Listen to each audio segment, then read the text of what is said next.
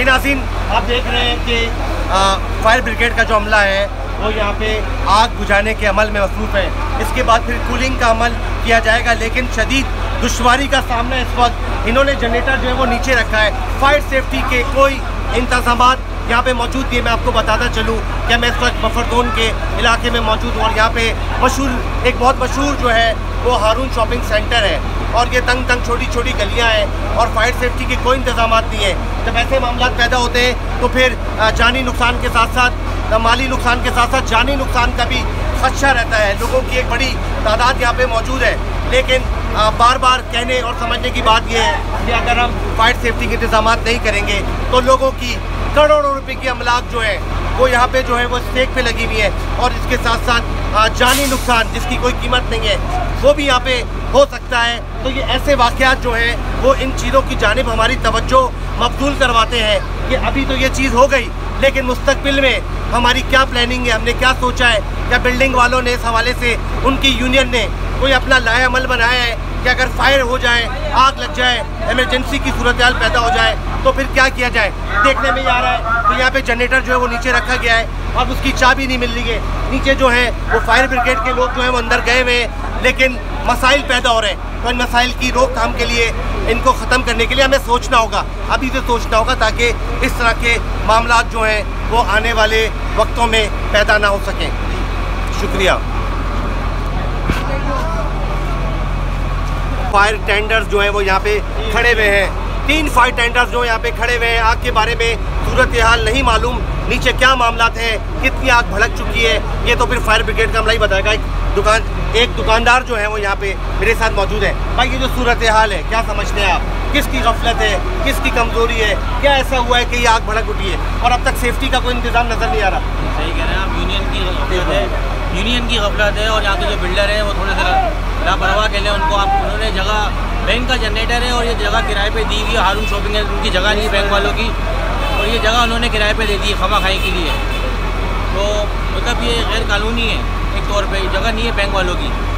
आप क्या कहेंगे भाई इस बारे में? ये जो सारा एपिसोड चल रहा है, जान खतरे में लोगों की। आप कुछ कहना चाहेंगे भाई? अच्छा, बात सारी ये कि नीचे का, जैसे कि भाई ने बताया कि जो पार्किंग की जगह है उसको इन्होंने बैंक वालों का जनरेटर रखने के लिए दी है। यकीनन दी होगी, उससे माली फ़ायदा भी हासिल हो रहा होगा, लेकिन जो लोग हैं जो ऊपर हैं उनका क्या है? कोई सेफ्टी का इंतज़ाम क्यों नहीं किया गया? तो ये गफलत जो है या उससे होने वाला नुकसान जो है, क्या वो बिल्डर इसको भरेगा या बिल्डर साहब जो है उस बारे में क्या कहेंगे? अगर हमें मिलते हैं, जावेद नाम बताया गया है, अगर मिलते हैं तो उनसे भी बात करते हैं। अच्छा, मेराज साहब जो है वो इस वक्त फायर टेंडर्स को लेकर आए हैं। यहाँ के फायर हाउस के ऑफिसर हैं, स्टेशन ऑफिसर है। किसकी गफलत समझते हैं? इंतज़ामिया जो है, बिल्डर जो है, उनकी कोई आपको गफलत नज़र आती है इसमें? देखें, बिल्डर का तो काम है बिल्डिंग बनाना और जो हिफाजती जो उसूल हैं उसको मद्देनज़र नज़र आया आपको वो हिफाजती उसूल यहाँ पे? देखें, अभी तक तो हिफाजती कोई उसूल नहीं दिखा। ठीक है, उसका फुकदान है यहाँ पे, लेकिन बहरहाल जिस चीज़ के अंदर आग थी या जो भी है, आग बुझाने में अल्हम्दुलिल्लाह हम कामयाब हो चुके हैं। अंदर धुआं है, वो धुआं जो है निकलने में थोड़ा ज़रा टाइम लगेगा। उसके बाद हम जाके अंदर उसका एक इंस्पेक्शन करेंगे फाइनल।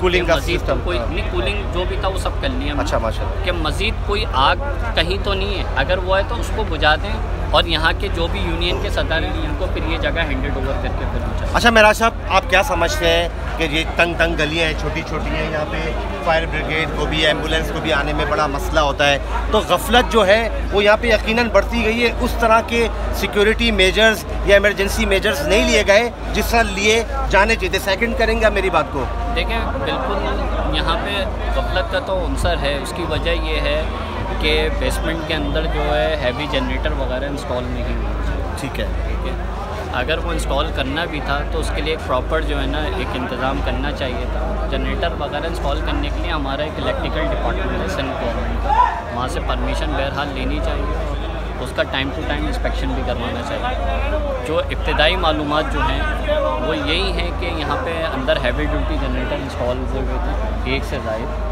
और एक जो जनरेटर था वो तकरीबन जो अभी इब्तदाई मालूमात के मुताबिक तकरीबन जल चुका है। एक जनरेटर जो चल रहा था लाइव था उसको हमने जो है उसकी इलेक्ट्रिसिटी को कट ऑफ किया है, उसको बंद किया है। अब चूँकि जनरेटर ज़ाहिरी बात है फ्यूल से चलता है, अंदर उसकी स्टोरेज क्या थी ये कहना कबल वक्त है कि उसमें आग लगी थी या जनरेटर के अंदर आग थी या कोई शॉर्ट सर्किट हुआ, ये चीज़ें अभी बहरहाल कबल वक्त हैं। इसको चीज़ को देखा जाएगा, इंस्पेक्शन किया जाएगा, लेकिन बहरहाल गफलत तो है फायर का यहाँ पे। हाँ, मेराज साहब ने कहा गफलत तो है और तमाम दुकानदार जो हैं यहाँ पे मौजूद हैं।